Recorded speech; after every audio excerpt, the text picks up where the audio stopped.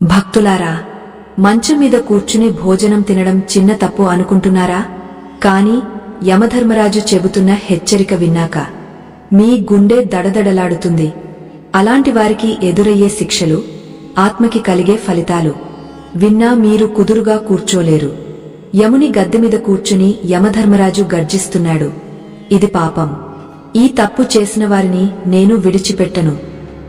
అయితే మన ప్రియమైన శ్రీకృష్ణుడు చెబుతున్నాడు, మన ఆహారంలో కూడా ఆచారం, నియమం, గౌరవం ఉండాలి. లేకపోతే దాని ఫలితం భయంకరమై ఉంటుంది. ఏం ఆ శిక్షలు, ఏం ఆ ఫలితం? ఈ వీడియో చివరి వరకు చూడండి. మీ జీవితాన్ని మార్చే సత్యం వినబోతున్నారు. నమస్కారం. మీ అందరికీ స్వాగతం. మంచం మీద కూర్చుని భోజనం చేస్తే ఏమవుతుంది అని అడిగితే సారీ అని చెప్పాల్సిందే. యమధర్మరాజు చిత్రగుప్తుడికి చెప్పిన రహస్యం వింటే మీకు కూడా రోమాలు నిక్కబొడుచుకుంటాయి. కాబట్టి ఆలస్యం చేయకుండా మనిషి మంచం మీద కూర్చుని భోజనం చేయకూడదు ఎందుకు అని తెలుసుకుందాం. స్నేహితులారా, ఒకసారి యమలోకంలో యమధర్మరాజు తన సభామండపంలో సింహాసనం మీద కూర్చుని ఉన్నారు. ఆయన పక్కనే చిత్రగుప్తుడు వినయంగా కూర్చుని మాట్లాడుతున్నాడు. మాటల మధ్యలో చిత్రగుప్తుడు యమధర్మరాజును అడిగాడు, ప్రభు, దయచేసి నా కొన్ని సందేహాలు తీర్చండి. మనిషి భోజనం ఎలా చేయాలి? భోజనం చేయడానికి సరైన దిశ, స్థలం ఏమిటి? ఏ స్థలాల్లో కూర్చుని భోజనం చేయకూడదు? భోజనానికి ముందు ఏమి చేయాలి? భోజనం తర్వాత ఏమి చేయాలి? ఎవరి ఇంటి భోజనం చేయకూడదు? ఏ స్థలాల్లో కూర్చుని భోజనం చేస్తే ఆయుష్షు తగ్గుతుంది? దయచేసి నా ఈ ప్రశ్నలకు సమాధానం చెప్పండి. యమధర్మరాజు చిరునవ్వు నవ్వి చిత్రగుప్తుడికి సమాధానం చెప్పారు. చిత్రగుప్తా, నువ్వు చాలా సరైన ప్రశ్నలు అడిగావు. నిజంగా ఈ ప్రశ్నల సమాధానాలు మనిషి ఆచారాలు, అలవాట్లలో దాగ ఉంటాయి. మనిషి ఎలాంటి ఆచరణ చేస్తాడో అలాంటి ఫలితమే అతనికి దక్కుతుంది. మంచి ఆచరణలతో సుఖం, దీర్ఘాయువు లభిస్తాయి. అనుచితమైన అలవాట్ల వల్ల దుర్హకం, అకాల మరణం కూడా సంభవించవచ్చు. మనుషులు భోజనం చేసేటప్పుడు శాస్త్రాల నియమాలు పాటించాలి. ఎవరైతే శాస్త్రాల నియమాలు పాటిస్తూ భోజనం చేస్తారో వాళ్లు తప్పకుండా దీర్ఘాయుష్మంతులవుతారు. వాళ్ల శరీరం రోగాలు, వ్యాధుల నుండి దూరంగా ఉంటుంది. వాళ్ల శరీరంలో పాపాలు నిలవవు. అందుకే భోజనం చేసేటప్పుడు మనిషి దిశ, స్థలం, సమయం, వయస్సు గుర్తుంచుకోవాలి. ఇది విని చిత్రగుప్తుడు వినమ్రంగా అన్నాడు, ప్రభు, దయచేసి ఈ రహస్యాలు వివరంగా చెప్పండి. భోజనానికి సంబంధించిన అన్ని నియమాలు విస్తారంగా తెలియజేయండి. యమధర్మరాజు గంభీరంగా చెప్పారు. చిత్రగుప్తా, నీ ప్రశ్నలకు సమాధానం చెప్పే ముందు నేను నీకు ఒక పురాతన కథ చెప్తాను. ఈ కథను శ్రద్ధగా విను. ఇందులో నీ అన్ని ప్రశ్నలకు సమాధానాలు దొరుకుతాయి. ఈ కథ చాలా బోధప్రదమైనది. ఎవరైతే ఈ కథను శ్రద్ధగా వింటారో, ప్రచారం చేస్తారో వాళ్ల 32 రకాల పాపాలు నేను క్షమిస్తాను. ఇది విని చిత్రగుప్తుడు సంతోషించాడు. అన్నాడు, ధర్మరాజా, మీ నోటి నుండి ఈ మహత్తరమైన కథ వినడం నా అదృష్టం. నేను శ్రద్ధగా వింటాను. అప్పుడు యమధర్మరాజు చిత్రగుప్తుడికి ఆ పురాతన కథ చెప్పడం మొదలుపెట్టారు. ఆ కథను నేను మీకు చెప్తాను. ప్రియమైన శ్రోతలారా, ఈ కథ చాలా జ్ఞానవర్ధకమైనది. ఈ కథను మీరు చివరి వరకు తప్పకుండా వినండి. పురాతన కాలంలో ఆంధ్రదేశంలో విజయమనే రాజ్యంలో చంద్రకాంతుడు అనే ప్రతాపవంతుడు, ధర్మపరుడైన రాజు పాలన చేసేవాడు. ఆ రాజ్యంలో ప్రకృతి సంపద పుష్కలంగా ఉండేది. ప్రజలు చాలా సుఖంగా, సంతృప్తిగా ఉండేవారు. రాజు చంద్రకాంతుడు గుణవంతుడు, బుద్ధిమంతుడు, దయాహృదయుడు. అతడు ఎల్లప్పుడూ ప్రజాహితం కోసం కష్టపడేవాడు. యజ్ఞాలు, దానాలు, జనకళ్యాణ కార్యాలు చాలా చేసేవాడు. ప్రజలు అతన్ని తండ్రిలా గౌరవించి ప్రేమించేవారు. రాజు భార్య రాణి శీలవతి కూడా అంతే ధర్మపరాయణురాలు, అందమైనది, సదాచారవతి. రాణి శీలవతి ప్రతిరోజూ పూజలు చేసేది. అవసరమైన వారికి అన్నం, వస్త్రాలు దానం చేసేది. నిజమైన హృదయంతో ప్రజా కళ్యాణం కోరుకునేది. ఈ దివ్య దంపతుల రాజ్యంలో అందరూ సుఖంగా ఉండేవారు. కాని ఒక దుర్హకం రాజు రాణి హృదయాలను సంతాపపరిచేది. అది సంతానం లేకపోవడం. రాజు చంద్రకాంతుడు రాణి శీలవతికి ఎటువంటి సంతానం లేదు. సంవత్సరాలు గడిచిపోయాయి. వాళ్ళు చాలా వ్రతాలు, పూజలు, యజ్ఞాలు చేశారు.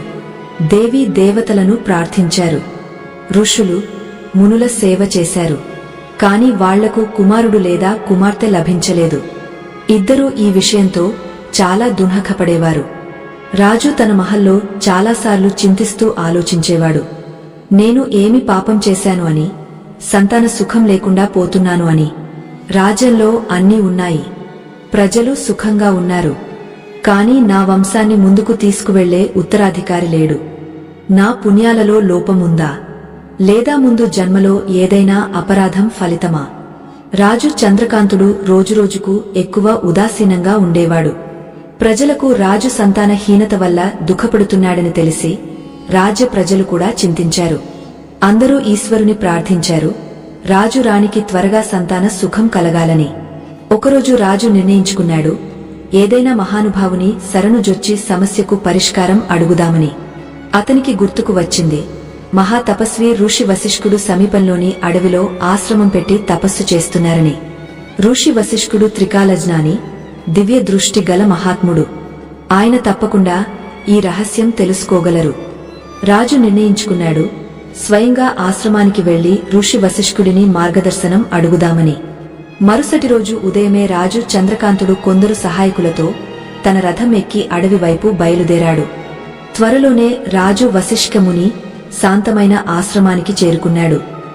ఆశ్రమం పచ్చని చెట్లతో చుట్టుముట్టి ఉంది. పక్షుల మధుర స్వరాలు మారుమోగుతున్నాయి. ఋషి వశిష్ఠుడు ఆశ్రమద్వారం వద్దే వాళ్లను ఎదురుచూస్తున్నట్టు ఉన్నారు. రాజును చూసి ఋషి చిరునవ్వుతో స్వాగతం పలికారు. అన్నారు, రావయ్యా రాజా, మా ఆశ్రమంలో మీకు స్వాగతం. ఈరోజు ఇక్కడికి రావడానికి కారణం ఏమిటి? అంతా క్షేమమే కదా? రాజ్య వ్యవహారాలకు విరక్తి కలిగా సన్యాసం తీసుకోవాలని అనుకోలేదు కదా? ఇలా అని ఋషి మృదువుగా నవ్వారు. తర్వాత గంభీరంగా మారారు. రాజు చంద్రకాంతుడు చేతులు జోడించి వినయంగా అన్నాడు, మునివర్య, రాజ్య వ్యవహారాలు బాగానే సాగుతున్నాయి. సన్యాసం తీసుకోవాలని ఉద్దేశ్యం లేదు. కాని ఒక పెద్ద చింత వల్ల వ్యాకులతతో మీ శరణు జొచ్చాను. మీరు జగత్తు రహస్యాల జ్ఞాని. నా సందేహానికి సమాధానం మీరు మాత్రమే చెప్పగలరు. ఋషి వశిష్ఠుడు సానుభూతితో అడిగారు, రాజా, మీలాంటి ప్రతాపవంతుడు ధర్మనిష్ఠుడికి ఏమి దుఃఖం ఉండవచ్చు? మీ ప్రజలు సుఖంగా ఉన్నారు, రాజ్యం సమృద్ధిగా ఉంది. అయినా మీ మనసులో ఏదైనా సందేహం లేదా కష్టముంటే నిస్సంకోచంగా చెప్పండి. నేను యథాశక్తి సహాయం చేస్తాను. అప్పుడు రాజు చంద్రకాంతుడు దుఃఖంగా తన వ్యథ చెప్పాడు. మునివర్య, నా జీవితంలో ఒకే లోపముంది. నాకు సంతానం లేదు, కుమారుడు లేడు, కుమార్తె లేదు. నేను చాలా యజ్ఞాలు, ఉపవాసాలు చేశాను, తీర్థాలు దర్శించాను, బ్రాహ్మణులకు దానాలు ఇచ్చాను, అన్ని ప్రయత్నాలు చేశాను. కాని భాగ్యం నన్ను సంతాన సుఖం నుండి దూరం చేసింది.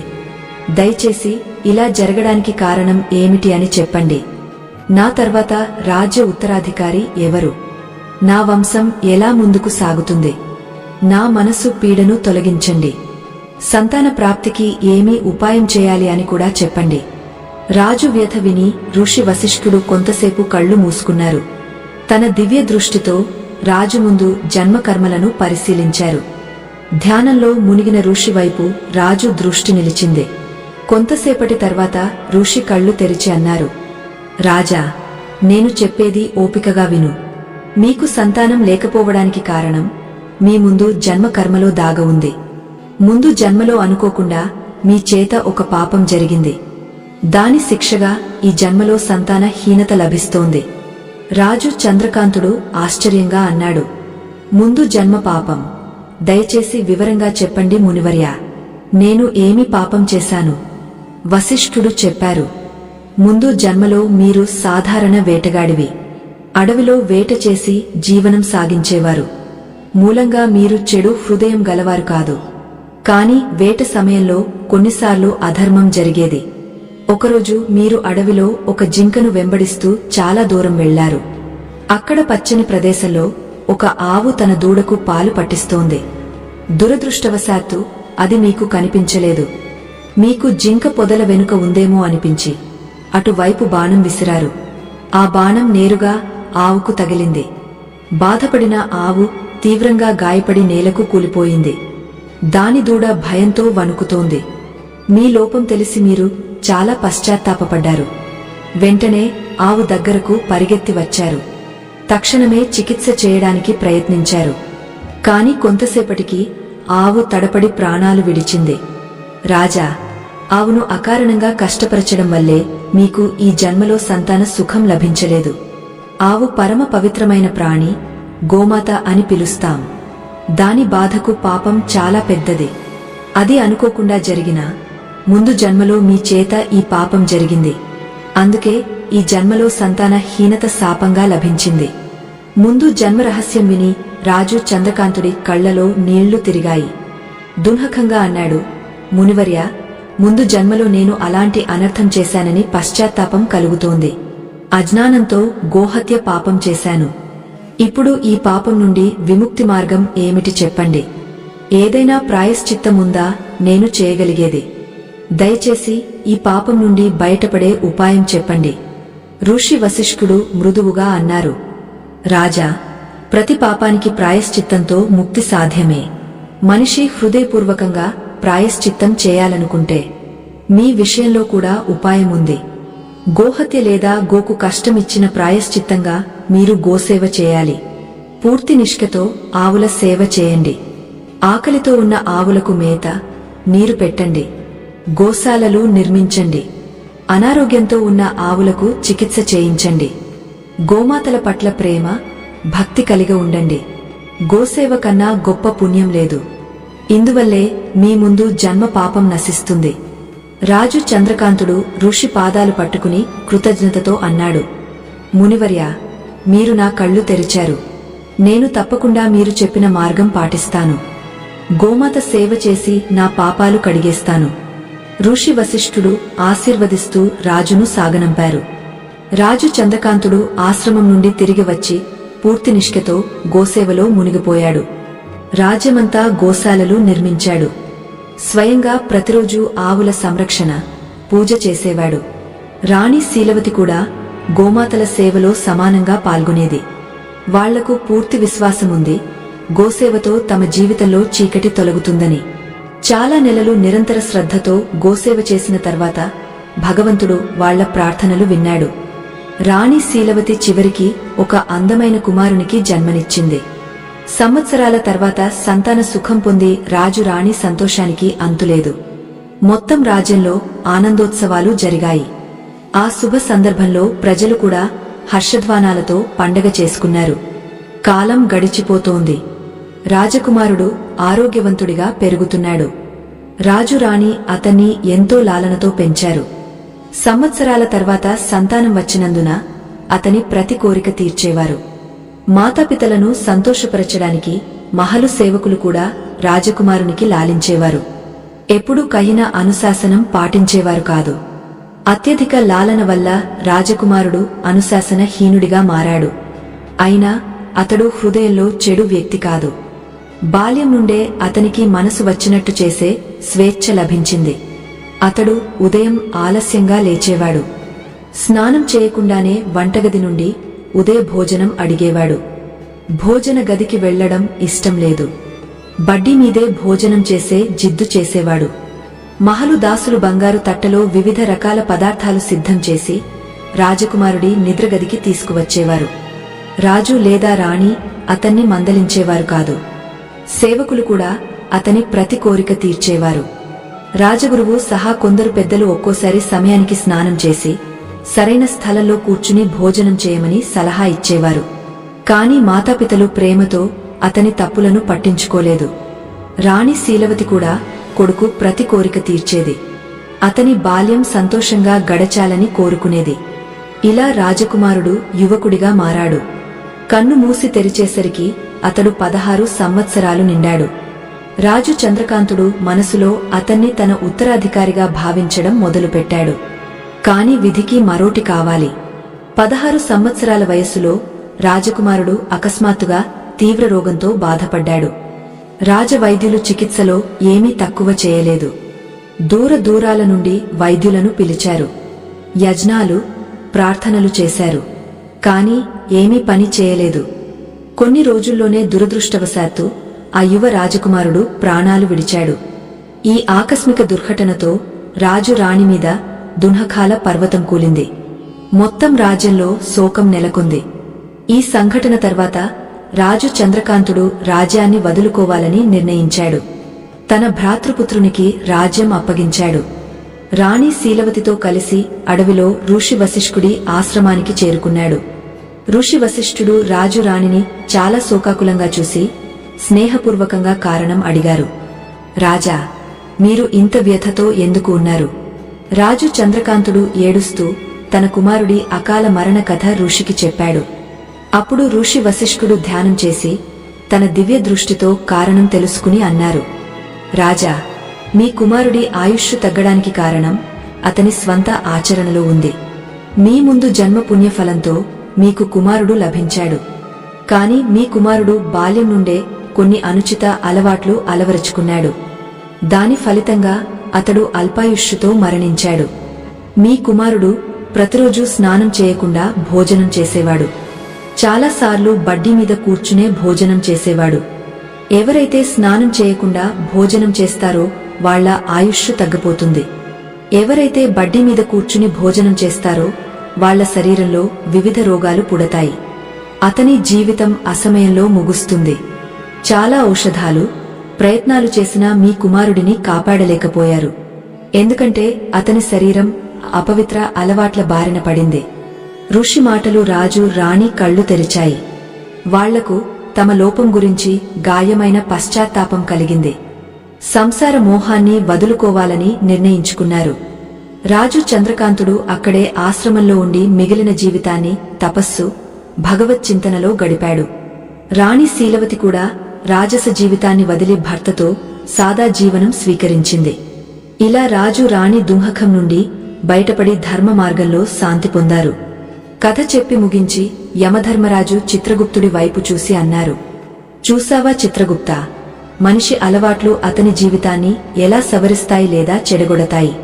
చంద్రకాంతుడు లాంటి పుణ్యాత్ముడికి కూడా కుమారుడి అకాల మరణ దుంహకం సహించాల్సి వచ్చింది. ఎందుకంటే అతని కుమారుడు తప్పుడు అలవాట్లు పాటించాడు. కాబట్టి ప్రతి మనిషి జాగ్రత్తగా ఉండాలి. తన ఆచరణ ఎలాంటిదో. మనిషి భోజనానికి ముందు శరీర శుద్ధి చేసుకోవాలి. తన 5 అవయవాలు, 2 చేతులు, 2 కాళ్లు, ముఖాన్ని బాగా నీటితో కడగాలి. సాధ్యమైతే భోజనానికి ముందు స్నానం చేసి పవిత్రంగా ఉండి అన్నం తినాలి. స్నానం చేయకుండా భోజనం చేయడం శాస్త్రాలలో నిషేధం. అలా చేయడం పశువుల ఆచరణలా భావిస్తారు. దానివల్ల ఆయుష్షు తగ్గుతుంది. శుభ్రత తర్వాతే మనిషి అన్నం తినాలి. భోజనం మొదలుపెట్టే ముందు అన్నపూర్ణదేవి, పరమాత్మను స్మరించి ధన్యవాదాలు చెప్పాలి. వాళ్ల కృపతోనే ఈ భోజనం లభించింది. అలాగే ప్రార్థన చేయాలి, ప్రపంచంలోని అన్ని ప్రాణులకు ఆహారం లభించాలని. ఇలా మనసులో ఈశ్వరునికి నమస్కరించి గౌరవంగా భోజనం చేస్తే అన్నం పవిత్రంగా ఉంటుంది. అది శరీరానికి పూర్తి పోషణ ఇస్తుంది. భోజనం చేసేటప్పుడు కూర్చునే స్థలం కూడా శుద్ధంగా, సరైనదిగా ఉండాలి. నేలమీద చాప వేసి పాల్తీ మరచి కూర్చుని భోజనం చేయడం ఉత్తమం. బడ్డీ మీద కూర్చుని భోజనం చేయడం అశుభం, ఆరోగ్యానికి హానికరం. పడక మీద అన్నం తినడంతో అపవిత్రత పెరుగుతుంది. శరీరం వివిధ రోగాలకు గురవుతుంది. చిత్రగుప్త, 3 రకాల భోజనాలు మనిషి ఎప్పుడూ చేయకూడదు. మొదటిది, ఎవరైనా కాలు పెట్టి వెళ్లిన భోజనం లేదా ఎవరైనా దాటిన భోజనం. అలాంటి అన్నం అపవిత్రమవుతుంది. దాన్ని తినడంతో ఆయుష్షు తగ్గుతుంది. వివిధ రోగాలు వస్తాయి. అలాంటి భోజనాన్ని పశువులకు వేయాలి. రెండవది, దానిలో వెంట్రుక, కీటకం లేదా ఏదైనా అశుద్ధ వస్తువు పడిన భోజనం. తట్టలో భోజనంలో వెంట్రుక వచ్చిందంటే అది త్యాగం చేయదగినదని అర్థం. అలాంటి అన్నం తాను తినకూడదు, భగవంతునికి సమర్పించకూడదు. అలాంటి అశుద్ధ అన్నం సాత్విక ప్రయోజనం కోల్పోతుంది. ప్రేతయోని జీవులు దాన్ని భుజిస్తాయి. మూడవది, ఎవరికైనా పరోసిన భోజనం. గుర్తుంచుకోండి, ఎప్పుడూ ఇతరుల భాగం దొంగలించి తినకూడదు. ఎవరైతే ఇతరుల భాగం దొంగిలించి తింటారో లేదా పంచకుండా తానే తింటారో అన్నపూర్ణదేవి కోపంతో ఉంటుంది. అలా చేయడంతో అతని పుణ్యాలు నశిస్తాయి. అతని జీవితంలో దారిద్ర్యం, సంకటాలు వస్తాయి. కాబట్టి భోజనం ఎల్లప్పుడూ పంచి సరైన పాత్రకు అర్పించి చేయాలి. ఇంకా భోజనాన్ని అనాదరం చేయకూడదు. జూక్యా భోజనాన్ని ఇక్కడ అక్కడ విసిరేయకూడదు. అన్నం వృధా చేయకూడదు. అన్న దేవత కృపతోనే జీవితం సాగుతుంది. కాబట్టి అన్నాన్ని గౌరవంగా తీసుకోండి. ఎవరైతే ఈ నియమాలు పాటిస్తారో వాళ్ళు ఆరోగ్యవంతులు, రోగరహితులు, దీర్ఘాయుష్మంతులవుతారు. వాళ్ల జీవితంలో సుఖం, సమృద్ధి నిలిచి ఉంటాయి. అకాల మరణ భయం ఉండదు. మనిషి ఆచార విచారాలే అతని భాగ్యాన్ని నిర్మిస్తాయి. మంచి కర్మలు, సరైన అలవాట్లు జీవితాన్ని సుఖమయం చేస్తాయి.